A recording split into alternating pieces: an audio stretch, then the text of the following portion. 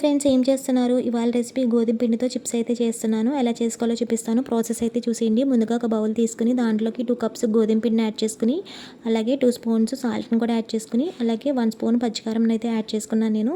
ఇప్పుడు దీంట్లోకి వామును కూడా యాడ్ చేసుకుంటున్నాను నేను. వాము కొంచెం ఎక్కువ యాడ్ చేసుకున్నా పర్లేదు, పిల్లలకి కడుపు నొప్పి అది ఉండదనమాట. ఇప్పుడు ఈ పిండిని ఈ విధంగా మిక్స్ చేసుకుని, ఇప్పుడు దీంట్లోకి కొద్దిగా వాటర్ యాడ్ చేసుకుంటూ పిండి మొత్తాన్ని ఈ విధంగా మిక్స్ చేసుకోవాలి.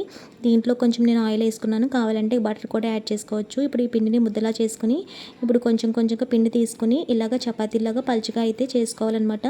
ఇప్పుడు దీన్ని చాక్ సహాయంతో ఇలాగ ముక్కల్లా కట్ చేసుకుని ఒక ప్లేట్లోకి అయితే తీసుకొని పక్కన ఉంచుకోవాలి. అలాగే మిగిలిన వాటిని కూడా ఇలా కట్ చేసుకుని అయితే పక్కన పెట్టుకోవాలి. ఇప్పుడు స్టవ్ మీద కడాయి పెట్టుకుని దీంట్లోకి ఆయిల్ వేసుకుని, ఆయిల్ బాగా హీట్ అయిన తర్వాత ఇప్పుడు ముందుగా కట్ చేసి పెట్టుకున్న ముక్కలన్నీ దీంట్లోకి వేసేసుకొని గోల్డెన్ కలర్ వచ్చేంత వరకు బాగా ఫ్రై చేసుకోవాలి. ఇప్పుడు తీసుకున్న వాటిని ఒక ప్లేట్లోకి అయితే వేసుకోవాలి. అలాగే మిగిలిన వాటిని కూడా వేసుకుని గోల్డెన్ కలర్ వచ్చేంత వరకు బాగా ఫ్రై చేసుకోవాలి. టేస్ట్ అయితే చాలా బాగుంటాయండి, చాలా క్రిస్పీగా ఉంటాయి. మా అమ్మగా చిన్నప్పుడు ఎక్కువ ఇవే చేసేవారనమాట మాకు.